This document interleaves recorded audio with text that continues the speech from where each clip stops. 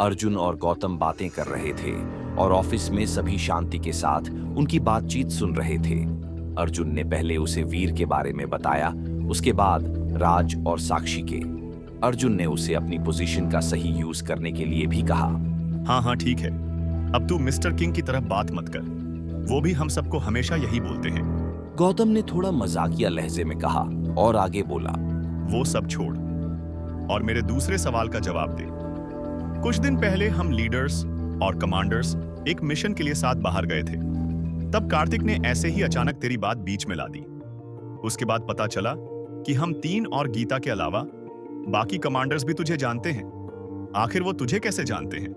तू उनसे कब मिला? अगर देखा जाए तो एक तू ही है जो हम सबको आपस में जोड़ता है। उसका सवाल सुनकर अर्जुन फिर से सोच में पड़ गया। वो सोच रहा था कि गौतम के सवाल कहीं आज उसकी सच्चाई सामने ना ला दे। बता भाई, किस सोच में पड़ गया? गौतम ने अपनी बात पर जोर दिया। थोड़ा सोचने तो दे। तुम तीन को तो मैं बचपन से जानता हूं और गीता से मैं कॉलेज में मिला था। ये बात 2 साल पहले की है, जब उन सब से एक एक करके मेरी मुलाकात हुई थी। विशाल पहले आधिराज के लिए काम करता था, उससे मैं वहां मिला। उसके बाद हाँ, रुद्र और स्नेहा। उस दिन सरकार गैंग के आदमी ने उन दोनों को चोट पहुंचाई थी। तब मैं उन्हें हॉस्पिटल ले गया था।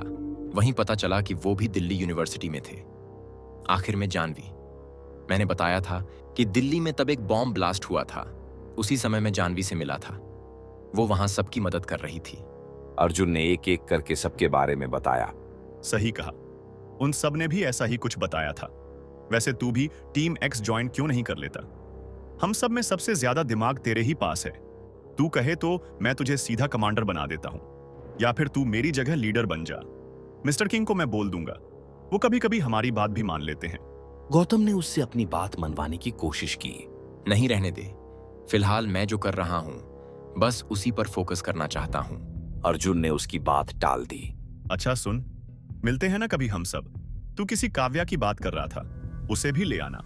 सब तुझे देखकर खुश होंगे। गौतम ने कहा। हाँ जरूर, पर 2 दिन बाद मुझे मुंबई जाना है। उसके बाद फिर कभी देखेंगे। अर्जुन ने कहा। गौतम को उसकी बातों पर बहुत ज्यादा शक हो रहा था, जैसे वो कुछ छिपा रहा हो। और अर्जुन भी ये बात उसके चेहरे के हाव भाव देखकर समझ गया। दरअसल अभी अर्जुन जानबूझकर उनसे मिलना नहीं चाहता था। अब तू बता, क्या तुम लोगों ने मिस्टर किंग को देख लिया? कैसा दिखता है वो? उसने आगे गौतम से ही सवाल किया। वो नहीं चाहता था कि गौतम उससे फिर से कोई ऐसा सवाल करे जिससे उसकी सच्चाई सामने आए।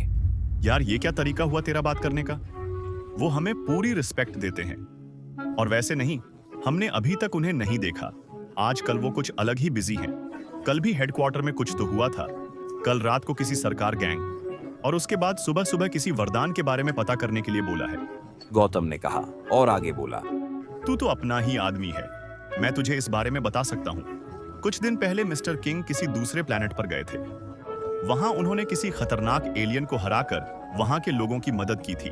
हेडक्वार्टर में जो रिपोर्ट आई उसमें वहां के राज परिवार ने थैंक यू लिखा था।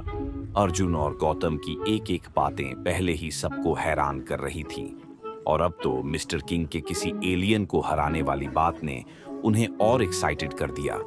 लोगों को टीम एक्स के सीक्रेट्स सुनने में मजा आता, खासकर तब जब वो सीक्रेट्स किसी और को न पता हो। भाई पहले हमें भी विश्वास नहीं था कि हमारे अर्थ जैसी बाहर और भी दुनियाएं हैं जिनमें अलग अलग लोग भी रहते हैं, पर अब यकीन है कभी हम लोगों के साथ चलना किसी प्लेनेट पर। क्या पता तेरी नॉलेज और बढ़ जाए। गौतम ने फिर से कहा। तो क्या तुम भी किसी एलियन से मिल चुके हो? अर्जुन ने पूछा। हाँ, हम कुछ चीजें पता करने के लिए गए थे। वहां बहुत कुछ यहाँ की तरह ही है। जब तू मिलेगा तब सब दिखाऊंगा, पर अभी के लिए मैं समझ नहीं पा रहा कि यहाँ क्या चल रहा है। सुबह मिस्टर किंग के ऑर्डर पर रोबोट्स का एक ग्रुप किसी प्लेनेट पर हमला करने गया था, और अभी रिपोर्ट मिली है कि उस प्लेनेट पर भी एलियंस की अच्छी खासी जिंदगी है। फिलहाल तो मैंने उन रोबोट्स को रुकने का ऑर्डर दिया है। हम उन्हें चोट नहीं पहुंचा सकते। मुझे इस बारे में मिस्टर किंग से बात करनी होगी। गौतम ने कहा। तभी उसका हॉलोग्राम बंद हो गया और उसी पल वो ड्रोन भी चला गया। गौतम ने उसे बताया कि मिस्टर किंग ने रोबोट्स को किसी प्लेनेट पर हमला करने के लिए भेजा था, पर अर्जुन ने राघव और शक्ति को ऐसा कोई ऑर्डर नहीं दिया। इस बात को समझने से पहले ही वो अपनी जगह पर खड़ा हुआ। मीटिंग को फिलहाल यहीं रोकते हैं, तुम लोग अपने अपने काम करो। ये कहकर अर्जुन भी जल्दी जल्दी में अपने कैबिन की ओर जाने लगा। सब लोग पहले ही गौतम की बात सुनकर चौंक गए थे और अब अर्जुन का इस तरह से यूं उठकर जाना सबको अजीब लग रहा था। राघव, शक्ति जवाब दो, क्या तुम मुझे सुन सकते हो? अर्जुन ने अंदर आते ही पूछा और अपने कैबिन का दरवाजा बंद किया। हाँ अर्जुन, बोलो, क्या बात है? उधर से शक्ति की आवाज आई। तुमने रोबोट्स को किसी प्लेनेट पर हमला करने के लिए भेजा था, उन सबको वापस बुलाओ। मैंने तुम्हें ऐसा कुछ भी करने के लिए नहीं कहा था, तो तुमने ऐसा कैसे कर दिया? अर्जुन ने कहा। एक पल के लिए उन्होंने कुछ नहीं कहा। फिर राघव बोला, रोबोट्स के ग्रुप को वापस बुलाने की कमांड दे दी है, अब वो हमला नहीं करेंगे। और अर्जुन, सुबह जब तुम हेडक्वार्टर में अपने ऑफिस में काम कर रहे थे, तब तुमने ही मुझे ये ऑर्डर दिया था। मुझे भी ये थोड़ा अजीब तो लगा था, पर क्योंकि ये ऑर्डर तुमसे मिला था, इसलिए मैंने रोबोट्स भेज दिए थे। अर्जुन उसकी बात नहीं समझ पाया। राघव उसे वो सब बता रहा था जो कि असल में हुआ ही नहीं था। ठीक है, मैं कुछ दिन बाद खुद वहां आकर तुम्हें अपडेट करूंगा। अर्जुन ने कहा।